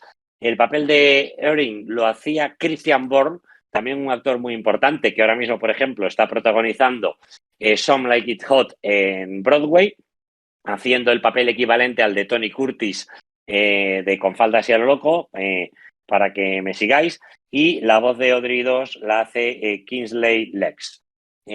Como digo, un montaje fantástico dirigido por Michael Mayer, que además hoy tiene en cartel en Broadway 2 musicales más. O sea, estamos hablando de un director, pues hombre, con un bagaje importante, ¿no? Es también el director del Funny Girl, que está protagonizando Lea Michele, un fantástico montaje, aunque Funny Girl ya lo había dirigido Mayer en una versión ligeramente diferente hace pocos años en Londres. Y Lea Michele, por cierto, está fantástica y es la única actriz, yo creo, de los últimos 50 años que realmente podría mirar a la cara a Barbara Streisand. Está fantástica. Y de hecho sustituyó a la actriz que estrenó el papel porque ni siquiera llegaba vocalmente a la exigencia que tenía pues el papel de Funny Girl. Y también Meyer es el director de A Beautiful Noise, que es un musical biopic jukebox sobre un cantante que igual os suena y del que creo que Frusna es especialmente fan, que es Neil Diamond, un jukebox biopic fantástico, muy solvente. Yo no soy especialmente fan de Neil Diamond y, hombre, al final este tipo de musical por su formato pues ya suele tener ciertas limitaciones, pero la verdad es que como todo lo que se produce en Broadway, la verdad es que se hace con una excelente factura, ¿no? Y es también un musical muy recomendable. Bueno, los números musicales de Little Shop yo creo que todos los conocéis, el Skid Row, Grow For Me, el mítico, el icónico Somewhere That's Green, el Dentist que hemos podido ver y que yo creo que si lo hemos elegido para abrir esta sección del programa es porque es uno de los mejores números musicales cómicos de la historia del género y una vez más un fantástico ejemplo de cómo un número musical es capaz de en 3-4 minutos explicar, presentar perfectamente a un personaje. Está Mushnick and Son, aunque ese número no está en la película, pero es un número fantástico. Suddenly Seymour, otro número inolvidable. Supper Time, que es el gran número musical de la propia planta. Bueno, una partitura extraordinaria como la mayoría de las que firma Mencken, ¿no? Este musical también ha pasado por España en varias ocasiones. La primera fue en 1987 en Barcelona, en el contexto del Festival del Grec, con Antón Muñoz haciendo de Seymour, con Àngels Gunjalons, de la que ya hemos hablado en varias ocasiones, haciendo de Audrey, y la voz de Audrey segunda era la de, pues yo creo que una de las voces más emblemáticas del teatro, el cine y la televisión españolas, nada más y nada menos que Constantino Romero. El musical vuelve a España en el año 2000, en Madrid, luego volvió a Madrid en una corta temporada en 2001 y salió de gira por provincias, pero se estrenó, como decía, en Madrid en el Teatro Avenida, en un montaje supervisado por Ricard Reguant, pero dirigido por Víctor Conde, y en el que el papel de Seymour lo hacía alguien que todos conocemos hoy, muy televisivo, que es Ángel Llàcer, o, como dirían los catalanes, Àngel Llàcer. Àngel Llàcer, de hecho, luego dirige este musical en 2019. Lo estrena en Barcelona nuevamente en el Festival del Grec, en ese fantástico auditorio al aire libre que está en Montjuïc, en una noche en la que previamente había llovido, con lo cual, pues en fin, habían perdido algunas oportunidades de ensayo y sobre todo pues de los momentos, ¿no?, de engarzar los dichos elementos musicales, técnicos y demás, pero que resolvieron de manera muy, muy solvente. Yo estuve en esa noche del estreno. Luego pasó por el Coliseum y ha tenido luego muy poca más vida comercial, apenas un par de noches en Viladecans, que es una ciudad de la periferia de Barcelona que si no conocéis, pues tampoco hace falta que conozcáis. El papel de, aunque para mí tiene un valor sentimental, algún día os lo explicaré. El papel de Seymour lo hacía Marc Pochello, Diana Roch era Audrey, y hay que destacar también en el papel de Orin a José Corbacho, ni más ni menos, el famoso Corbacho. Es decir, es un musical que además pues ha estado muy presente en la cartelera española, lo cual tampoco es tan habitual. Bueno, tan presente que yo esa función de 2000, del año 2000, yo la vi y me fui a Madrid y tengo el CD, que esto, me decía Rufino, es una rareza este CD porque no consiguieron comercializarlo, te lo regalaban Correcto. con la entrada del musical. Eso es incunable porque tuvieron problemas con los derechos y por lo tanto no lo pudieron vender. Tiene mucho valor que tengas ese disco, sin duda. Y luego, de todas formas, no es la grabación de Little Shop of Horrors que yo guardo con más cariño, porque en el año, yo calculo 97, 98, tengo esta cinta TDK. Yo 1000 veces os he hablado de las cintas TDK que me hacía Rufino con musicales. De hecho, podemos convertirlas en una sección, Rufino, con lo que me gusta a mí últimamente crear secciones, que son las TDK de Rufino. Entonces, cada programa yo voy a traer una de estas cintas que tú me hacías Hombre, con esta varios. sección sin duda será más verosímil que la de datos que me he inventado. Bien, bien, pero aquí hay pruebas de las TDK que me hacía Rufino. Entonces, esto pone aquí Little Shop of Horrors, es que sale muy quemado, entonces no lo veis, pero pone Little Shop of Horrors Original Broadway Cast 1982. Está toda la obra entera, yo esto lo escuché 30.000 veces. TDKs que sí puedes comprobar, dice, no, me encanta, TDKs que sí puedes comprobar, me gusta mucho, vale, pues a partir de ahora, TDKs que sí puedes comprobar, vale, esta TDK roja de Rufino, y como sobraba, era una TDK, yo no sé si es de 60, pero el musical es breve, me metió extras, me metió el Sweeney Todd de Barcelona de 1995, hablábamos antes de Constantino Romero, Vicky Peña y Constantino Romero, Prop del Mar y Res Naurà de Temer, los dos temas sí, de Not While I'm Around y By the Sea. By the Sea, exacto. Dos temas maravillosos de Sweeney, que hombre, para mí tiene ciertas conexiones, ¿no? Sí, en fin, desde son luego. musicales donde se comen a gente. Sí, que no los habrá tantos, también te digo. O sea, ahora en la cabeza no me vienen más. Y luego de propina pone detrás, y esto sí que indica que estábamos en el 97. Bueno, de Holocausto Caníbal hay versión musical, de eso hablamos otro día. Oh, me encantaría. Estábamos en el 97 más o menos de propina Man of La Mancha, que era el musical del que se hablaba en aquel entonces. 1, versión original de Broadway con Richard Keeley e Irving Jacobson. 2, versión de estudio con, esto es políticamente incorrecto hoy en día, Plácido Domingo y maravilloso. Mandy Patinkin, que es uno de los señores que más Sancho. me gustan. Exacto, el nombre de Mandy Patinkin me encanta. Y luego la versión de José Sacristán y J.M. Cifuentes, ese Ante ti, mundo ruin, miserable y falaz, que cantaba José Sacristán en la grabación, que dijeron, de todas las tomas, mete esta. Y la señora que no llegaba en la versión de Company que hay en Filming llorando, ¿sabes? O sea, meten esta versión y a mí me hacen grabar la canción. Exacto, a mí me torturan y me hacen volver al día siguiente, ya sin la orquesta, que se han ido a su casa todos, ¿verdad? Me han dejado ahí grabada la pista y que me espabile, y a este le permiten todo, ¿no? Hay que decir que Sacristán estaba muy bien. Fantástico. Estaba muy bien, a pesar de que, pues, sin ser un musical tan exigente vocalmente, pero, pues bueno, pues tenía ciertas limitaciones, ¿no? Luego yo creo que le encajaba mucho más, pues, el papel del profesor Higgins, ¿no? Que es mucho menos exigente vocalmente. Por eso yo siempre digo que si algún día hiciera un musical, intentaría hacer de Higgins, ¿no? Aunque, pues claro, mantener a Paloma San Basilio de partener, pues en ese caso, intentando hacerse pasar por una jovencita florista de Covent Garden, pues resultaba bastante poco creíble, ¿no? Mira, también el programa de hoy va de jovencitas floristas que a lo mejor ya están en la menopausia. Está todo conectado.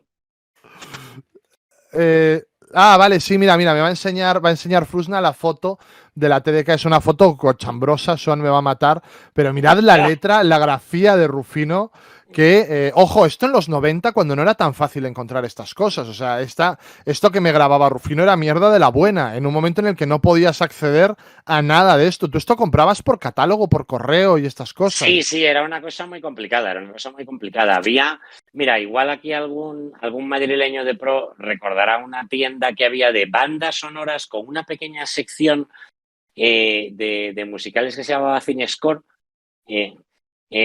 maravillosa, y en Cinescore yo hacía unos saqueos salvajes, pero muchas cosas las pedía, pero por catálogo. O Claro. sea, decía, quiero esto, y te lo traían absolutamente a propósito. Y cerca de Cinescore había otra tienda, calle Luna, calle Pez, ¿no? Sí, está Había Frusna otra aquí hablando con Rufino. sí, nos está soplando. Había una tienda así como un poco más, en fin, humilde, de un señor también que traía cosas y que, pero que era un poco el que te recomendaba, ¿no? En aquella época en la que además tenías tan poco acceso a información y demás. Bueno, es parte de mi educación sentimental en cuanto a teatro musical. Y entonces, fíjate, tenía tiempo libre y me dedicaba como castigo a grabaros, en fin, té de casa. Fantástico, fantástico. Pues en la próxima Que Ruina de Función volverá la sección TDKs que sí puedes comprobar para que veáis las selecciones que me hacía Rufino, que creo que esto es de Dicho interés esto, de la gente. Claro, de lo que estoy más orgulloso de decir es de mi letra, que me gusta mucho. Fantástico, En fin, fantástico. mm, Mira, bonito. dice Frusna Cinescore. Cinescore, sí, señor. Cinescore, sí, sí. Señor. Bueno, la película a mí me parece una obra maestra. El musical me flipa, pero la película está a la altura, digamos. El papel de Audrey se lo ofrecieron, Audrey 1, por así decirlo. Llegó a pasar por las manos de Cyndi Lauper, cuidado, y de Madonna incluso. Bueno, creo que al final Ellen Green es una opción fantástica y me cuesta imaginar el Somewhere That's Green cantado por Madonna y por Cyndi Lauper, la verdad. Bueno, dos mujeres que tienen conexión también con el mundo del musical. Desde luego. No hace falta que lo explique. Cyndi Lauper luego escribió Kinky Boots. Sí, que estuvo en Madrid el año pasado. Yo la vi en Madrid. Ujú. Un montaje también bastante digno con dijes. Audrey 2 le llegaron a ofrecer la voz a Eddie Murphy, que era toda una estrella en aquel momento y hubiera sido simpático y curioso. Sí, sin duda. Y lo hubiera hecho bien, ¿eh? Por ejemplo, en sí. Dream Girls está fantástico. Fantástico, sí, señor. Y luego, para el papel de Orin Escribelo, llegaron a ofrecérselo, que esto a ti te iba a encantar, aunque creo que Steve Martin está de Oscar. Steve Martin está fantástico, pero sé que Finch y tú sois fans, y Frusna también. Tim Curry pudo ser Orin Escribelo y pudo ser un Orin magnífico. Y Gene Sí, Wilder. pero es verdad que a Gene Wilder también lo hubiera hecho fantástico. Pero estaba ya mayor Gene Wilder, quiero decir.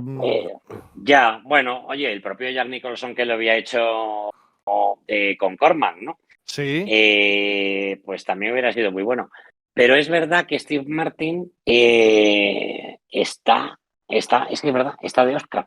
Está de Oscar, ¿no? Y después de, en fin, del resbalón del que hablamos hace poco, que había pegado con Pennies from Heaven, pues hombre, no está mal pues que hubiera tenido esta oportunidad de brillar. Sí, desde luego.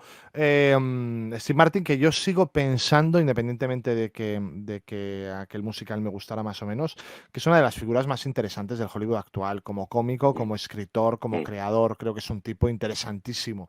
Frank Oz se pone a los mandos de la película, experto marionetista en otro orden de cosas. De hecho, para hacer de Audrey, contratan a la Jim Henson Company, y uno de los operadores de Audrey es el propio Brian Henson, hijo de Jim Henson. Frank Oz tenía muchas ideas que luego no puede llevar a cabo, como por ejemplo que cada vez que cantara este coro de este coro griego de Crystal, Ronetti y Chifón, se apagaran todas las luces del decorado y sacaran unos focos que las enfocaran directamente a ellas, después de hacer pruebas pues decidieron que no era factible, aunque deja guiños maravillosos de esos que descubres cuando ves 3000 veces la película, como que en esta escena inicial de lluvia terrible ellas permanezcan secas todo el rato, mientras que el resto de los figurantes están empapados, que es una forma de decirle al subconsciente, estas chicas tienen una mano en la realidad,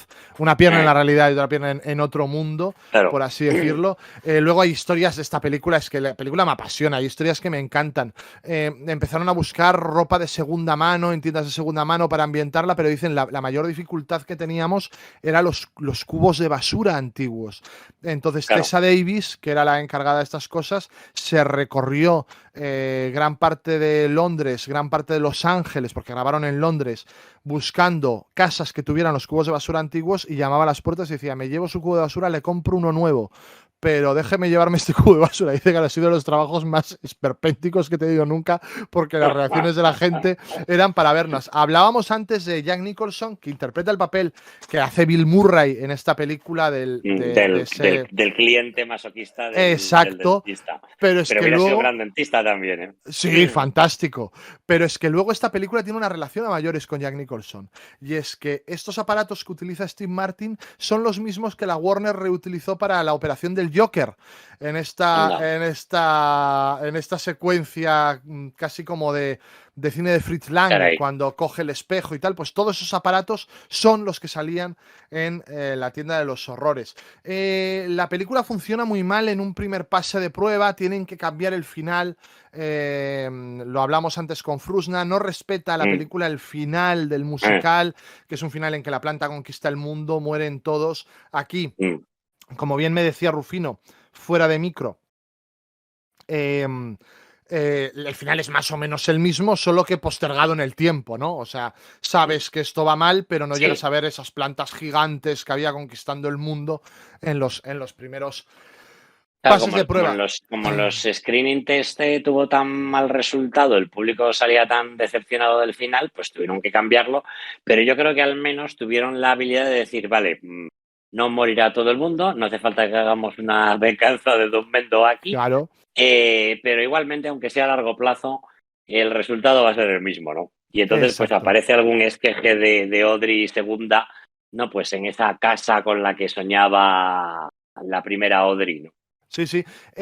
Otro de los cambios que realizan es que el dentista, la sala del dentista, el despacho del dentista era cutre, era sucio, y en los primeros pases de prueba la gente dice, pero qué asco esto del dentista, y tuvieron que volver a rodar todas esas secuencias con un nuevo set para darle el gusto a la gente. Bill Murray, por cierto, hablábamos antes, improvisa gran parte de sus escenas y al parecer luego les generó bastantes problemas en el montaje para darle cierta continuidad a lo que decía Murray. Ellen Green, hablábamos, como Audrey I, es la única miembro del reparto, el único miembro del reparto que repite. Además, fue la que tuvo la idea de que Audrey fuera rubia, poniéndose esta peluca rubia encima de su pelo oscuro, en su pelo moreno, porque decía que daba más pues con el estereotipo de lo que ella tenía en la cabeza, y uno de los grandes iconos de Audrey pues es ese pelo rubio, es una idea directa de Ellen Green. Hace también un cameo no solo el hijo de Jim Henson, sino su hija, Heather Henson, que sale, es la muchacha que se va del dentista cuando entra Rick Moranis, y es otro pequeño homenaje a Jim Henson, que todavía estaba vivo de aquellas, le quedaban unos añitos todavía. También sale una leyenda de Broadway, Rufino, en la película, y a ver si te suena el nombre, es Bertis Reading. Bertis Reading estuvo nominada a los Tony en varias ocasiones, y Frank Oz la llama para la película, y es la que comienza la canción de Skid Row. Es que no lo voy a cantar yo, pero que empieza muy hacia arriba ese tema, pues esta es la nominada al Tony, Bertis Reading. Y nada, hicieron 6 plantas distintas de Audrey II, de distintos tamaños, todos los efectos especiales nominados al Oscar, por cierto que se llevaría Aliens ese Oscar. Todos los efectos especiales nominados al Oscar son prácticos hasta el punto de que podían hacerse en el cine mudo, en el sentido, por ejemplo, de que cuando la planta crece, lo que realmente hacen es acercar el set y acercar la planta a cámara para que dé la impresión de que esté creciendo. Estamos hablando pues de truquis de este estilo, los comentábamos con el Drácula de Coppola, pues que todavía en aquella época se tiraban de estos recursos. Al acabar cada día del rodaje tenían que volver a repintar, a colocar la planta que sufría desperfectos, las distintas plantas, y se tiraban 3 horas después pintando la planta. Te voy a contar una historia. Fíjate, este sí que es un dato que no puedes comprobar. Vale, actúa en esta película un señor que tiene uno de mis nombres favoritos de Hollywood, uno de mis apellidos favoritos de Hollywood, ya hablábamos antes de Mandy Patinkin, pero que además Rufino viene que ni pintado para esta obra, para esta película, hasta el punto de que él reconoce que Frank Oz le dijo que le había contratado exclusivamente por su apellido, y es Vincent Gardenia. Vincent Gardenia. Que es el señor Mushnick, ¿no? Exacto, le contratan y dice Vincent Gardenia que es tan solo por el apellido. Otra de las nominaciones al Oscar que se lleva la película es la canción, ¿cómo se llama? Me pillas ahora. La canción Mean Green Mother from Outer Space, que está escrita exclusivamente para la película.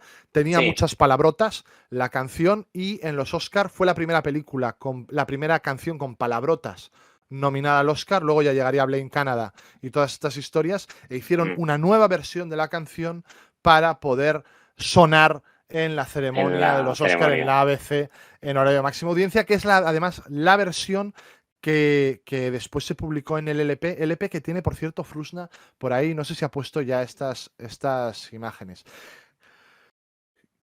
Mientras Frusna nos enseña esto, por ir terminando, la canción Some Fun Now es una adaptación del You Never Know, que es la canción original del musical de Broadway. Hay 4 canciones: Close for Renovation, Music and Sound, and Son, Is Just the Gas y Call Back in the Morning, que no salen en la película, como hablábamos antes en Matilda. Y ojo, la película fue un proyecto muy ambicioso de la Warner, que hoy en día pensamos, como es un off-Broadway y como es una película de 90 minutitos, fue la película más cara de la Warner en el momento de su estreno. Es demencial. Tengo aquí los datos. Este sí que es un dato que puedes comprobar. 25 millones de dólares de presupuesto. Por poner un ejemplo, Aliens, el regreso, que se rodaba en Pinewood Studios también, al lado, costó 18 millones versus los 25 pero ¿en qué se gastaron esta película. No lo sé, Bill Murray, Steve Martin, vete a saber lo que corría por aquel. Por cierto, clink, Flowers se ha suscrito. Flowers, te ponemos un piso en la Castellana, tenemos una green card, amigo. ¿Cómo se llamó? Es verdad. En Nicaragua. Flowers. Flowers, por favor. Exacto, ilústranos. Esto. ¿Se llamó La lechuga se ha comido a la abuela o...? Por favor. Flowers Gardenia, sí señor. Y para potenciar, allí era todo con bachata las canciones. O sea, salía... Era con reggaetón. Sí.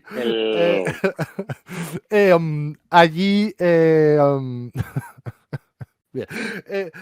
La tiendita del horror. Lógico. Del horror. ¿Para qué vas a decir pequeña tienda?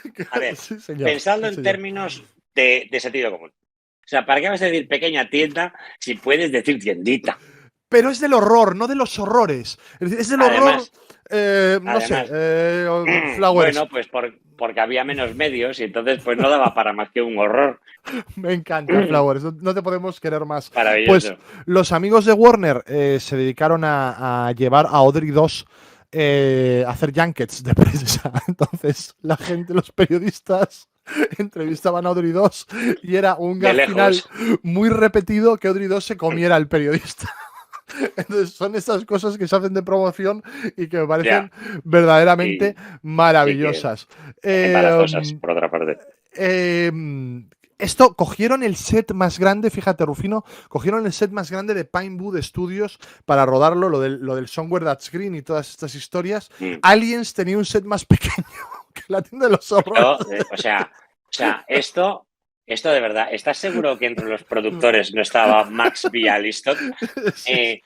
porque, o sea, no puedo entender cómo esta película se pudo ir a los 25 millones de dólares frente a Aliens, que además, hombre, creo que la dirigía un señor que no es famoso por ahorrar No, desde en luego, las desde luego. producciones. Desde luego. O sea que El que, vamos, hizo los presupuestos de esta película fue el que produjo ahora los puentes de Madison en Madrid, Rufino. O sea, ¿qué te digo? exactamente. O sea, no, esto ya digo, esto fue un Bialystok de la vida que se llevó calentito la mitad del presupuesto. O sea, no puede haber otra razón. Pues Si además fíjate. tampoco luce. O sea, si al final tú la ves y es una película pequeña.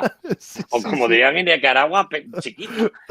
O sea, Pues fíjate, cuentan además, me encanta esta historia, Rufino, te va a volver loco, que para el Sadlerny Seymour tocó un día de rodaje de invierno especialmente jodido y que a pesar de los 25 millones no tenían pasta para calentar el estudio, porque era el estudio más grande de Pinewood.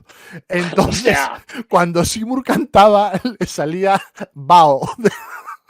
A Rick Moranis iba echando gafas, probablemente se le empañaran las gafas. Entonces le dijo Frank Oz, pues vas a cantar Sadlerny Seymour con un hielo en la boca. Y Rick Moranis, en este dato que no puedes comprobar, porque ya se ha derretido el hielo, cantó Sadlerny Seymour con un hielo en la boca. Me encanta esta historia. Y si no es cierta, por favor, imprímela, porque me sirve como tal. Exacto. Sí, sí. Tenían Muy bien tantas esperanzas, Rufino, que sacaron un juego de mesa de la tienda de los horrores que se llamaba Feed Me. O sea, tú no sabías que el proyecto se había desbocado tanto en ningún momento. Es como la puerta del cielo, pero con una planta carnívora. O sea, es decir, es un proyecto que se fue completamente de madre. Sacaron un juego de mesa que se llamaba Feed Me. DC Comics sacó el propio cómic de la tienda de los horrores. Claro, Madre mía, pero vaya hype que tuvo esto, ¿no? podías comprar Batman vs Superman y al lado un cómic de la tiendita de los horrores con el careto de Rick Moranis en la portada. Vaya. Sacaron una serie de dibujos animados a cuenta de la tienda de los horrores que tiene su propio opening que nos pondrá Frusna ahora. O sea, el proyecto se volvió muy loco para un proyecto que era de Off-Broadway 5 años antes. Es que no tiene ningún tipo de sentido. Ya. Roger Ebert, nuestro querido amigo Roger Ebert, del que hemos hablado aquí tantísimas veces, se le quedó la boca abierta con la película y le dio una crítica muy buena, pero se puso estupendo y dijo, me gusta mucho la creación de Frank Oz de este coro que sale cantando. Y le decían, Roger Ebert, pero que esto ya viene en el musical de Broadway. Y se Esto, ponía tonto sí. Roger Ebert y decía, no, yo vi el musical de Broadway y ahí no había un coro. Vete a saber lo Y que ese vio día Roger las Ebert. negras estaban de huelga. Claro, sí, era como Matilda, ¿no? Iban cambiando de coro o algo, no, una cosa loca. Pensaban que iba a ser un blockbuster. Se rodó con la intención de que esto fuera un blockbuster. Pero hicieron el primer pase de prensa y se echaron a temblar. De prensa, no, perdón, de público, y se echaron a temblar. Tuvieron que volver a rodar todo. Esto se iba a estrenar el 2 de julio de 1986 y en septiembre volvieron a rodar escenas. Y se va al 19 de diciembre, en una fecha navideña que yo no sé si es muy adecuada para estrenar esta película, en otro orden de cosas. Ya. Y luego me encanta esta historia que también Senone Vero Eben Trovato, que contó Alan Menken en el concierto de mayo de 2022, que dijo que su padre formó parte de una asociación o la presidió. Fíjate, déjame ver, a ver, déjame comprobar si la presidió. Sí, presidió la asociación de American Analgesia Society en Nueva York, y entre sus trabajos estaba demostrar las bondades del óxido nitroso. Entonces, cuando dijo, tenemos que matar a un dentista, dijo Alan Menken, hostia, en un rollo muy edípico de matar al padre, dijo, pues voy a hacer que se muera por óxido nitroso. Y que sus padres no se enteraron hasta que él fue y se lo contó. Le dijo, fíjate, hice esto tal y cual. Y que creo que el padre hasta se pilló un pequeño rebote por el tema del óxido nitroso y tal y cual. Me parece una historia para finalizar este análisis, por lo menos por mi parte, de Leadership of Horrors. Por cierto, viva Rick Moranis, le echamos muchísimo de menos. Creo que está fantástico. No sé si era un actor extraordinario o no, pero está en un montón de películas que me gustan y no puede estar mejor en ninguna de ellas. Y aquí es un Seymour fantástico. Bueno, imbatible. Pues esta es una película que a mí me parece una obra maestra y que y que, bueno, creo que no ha alcanzado el nivel de culto, te diría, pero No. sí que hay un montón de gente que la recordamos con mucho cariño. Mm. Bueno, ganó dinero al final, porque la verdad es que me causa curiosidad. Pues es que no tengo el dato, me lo podría inventar. Mira, recaudó 39 millones y costó 25, así que no ganó dinero, porque claro, Pues a ya, medias con los sí, sí, exhibidores, en fin. claro, sí, sí, no, muy al límite. Bueno, luego ha tenido carrera, Sí, desde ¿no? luego, y ha Pues habido en el muchos formato pases doméstico, televisivos, claro, sí, sí, sí. exacto, pero bueno, a largo plazo. Pero sí, es verdad, yo creo que es una pequeña obra maestra, como en el caso de Matilda, es decir, son dos títulos que hubieran podido estar en nuestro segundo volumen de 30 imprescindibles, estaban ahí en la lista, pues entrando y saliendo, pero es una película encantadora, ¿no? Yo creo que es una fantástica manera de descubrir el fantástico mundo de Ashman y Menken. Sí, señor. Te voy a decir como curiosidad primero que Ari dice, la eché de menos en la lista de las 30 imprescindibles. Yo, Ari, te puedo asegurar, y voy a contar algo que a lo mejor no debería, que estuve en una comida con Rufino en la que estuvimos dándole vueltas, así entraba Little Shop, estaba en una primera preselección, al final se cayó por otra película que no voy a decir cuál es de las 30 imprescindibles, cuál es la que entró a última hora, pero estaba en una primera prelista y estuvo durante gran parte pero esto nos permite hablar ahora aquí de ella, Claro, porque de las que están con en los más 30 extensión. imprescindibles hablaremos pues dentro de un tiempo, pero de momento las Sí, vamos a dejar tardarían en descansar. volver. Claro, claro, claro. Y te voy a decir una cosa, Rufino. Yo intenté montar este montaje en uno de mis grupos de teatro, el grupo de teatro de bachillerato, tanto el año pasado como este. Mm. Y las dos veces la respuesta que recibí, y esto nos hace mucho daño tanto a ti como a mí por lo menos, es no queremos hacer una obra de teatro que tiene tantos años y que es tan vieja. Madre de Dios. Entonces, el Pues día que quieras montar un auto, ¿qué pasará? claro. Yo es que flipé porque para mí, esta es una obra de teatro contemporánea. Pero claro, Tienes a los alumnos equivocados. O sea, no sé, tal échalos a cual. todos. Bueno, luego me paré a pensar y digo, es como si en los 90 a mí me plantean una obra de los años 50. Sí, pero bueno, es que el teatro tiene 2000 años de historia. O sea, no lo puedes limitar a los últimos 20. Sí. Pues esto fue lo que. Yo juraría, hoy lo he estado pensando y la verdad es que como ya sabes que yo tengo una memoria fugaz muy volátil, no lo podría asegurar al 100%, Sí, pero yo Rufino. juraría que yo esta la monté. Sí, señor, la montaste en Rosales con mi Yo amigo hice- José, con Fran Sí, y con. Tú montaste allí yo Gris. la hice. Montaste Gris Sí, sí. para tu vergüenza, probablemente. Sí, no, para mi vergüenza, ¿no? Monté Gris para demostrar al público vigués que se podía hacer algo digno, incluso con un material tan infame, ¿no? Te faltó un Eh, año más en ese instituto para montar 7 novias para 7 hermanos. Bueno, que sepas que lo intenté, pero lo rechazaron los alumnos porque les parecía antigua, no antiquísima. Bueno, no, pero sí, la tienda, es verdad, es que yo Sí. yo creo recordar que la monté en su día, evidentemente con muy pocos medios, entonces nuestra planta era una chica maquillada de verde. A la que le que pegabais además- una enredadera alrededor. Sí, y que tenía además en un acierto de casting indudable. Escogimos a una chica que la verdad es que era muy maja, pero tenía unos ciertos problemas Eso se de- comentaba. Eso se comentaba sí, en a aquel ver. montaje, sí. A ver, esta chica realizaba viajes astrales, ¿vale? O sea, Sí. en datos que no puedes comprobar. Ella nos contaba que hacía viajes astrales, ¿no? Entonces, bueno, Sí. pues digamos que tenía ciertos problemas de estabilidad, ¿no? Y no me refiero a que fuera coja, ni nada parecido. Pero la verdad es que estaba muy divertida. Hizo, eso sí, una planta, en fin, especialmente exuberante. Se salió del rol. Imagínate que es difícil, salirse del papel en Audrey 2, que ya te da un margen de libertad brutal. Bueno, pues aún así la verdad es que además de carnívora, la planta era, bueno, pues tremendamente agresiva en bastantes más facetas, ¿no?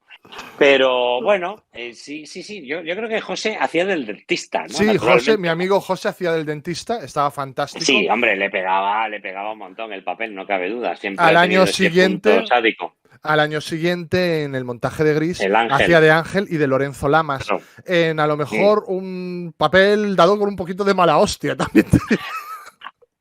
A ver, me molesta que puedas pensar que yo a la hora de asignar un casting pueda tener esa doblez.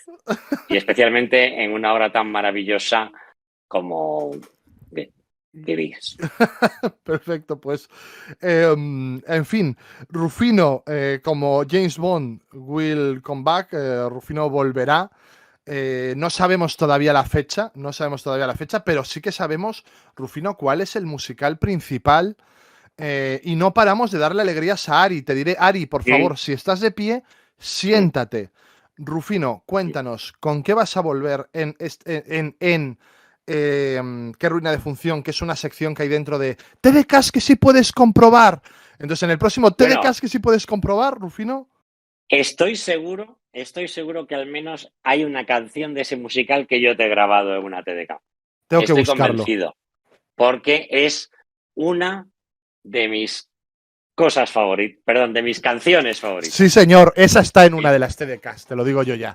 Pues yo creo que ya he dado una pista relevante al respecto. Eso sí, mi advertencia para todos los espectadores es que esos días, durante los días previos, se abstengan de acercarse a nada que tenga azúcar porque pueden sufrir un ataque hiperglucémico.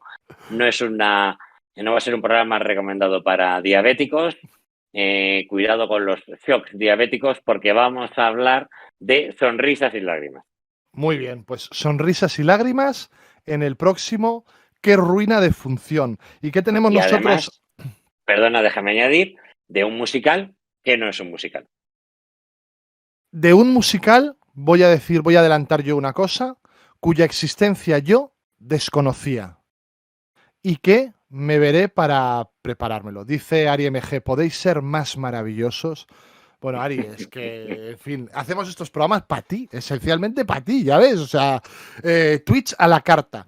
¿Qué tenemos la semana que viene? Pues vamos a dejar pasar los Oscar y que durmáis la mona de los Oscar el lunes y el martes hablaremos de los Oscar, pero de los Oscars de 1996.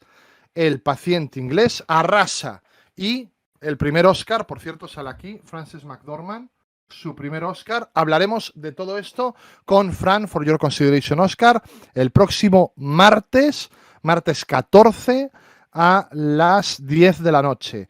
Y la semana que viene cerraremos... el jueves tendremos además, el jueves 15-16, próximo Finchlandia, Tiburón de Steven Spielberg. O sea, que qué semana os viene, amigos. Maravilloso. En fin, Rufino Pérez, muchísimas gracias. A vosotros. Un placer, como siempre. A todo el público que ha estado ahí, muchísimas gracias. Doctor Frusna a los mandos, Joan Vidal al otro lado también. Nos vemos el martes. Sed buenos y adiós. Buenas noches.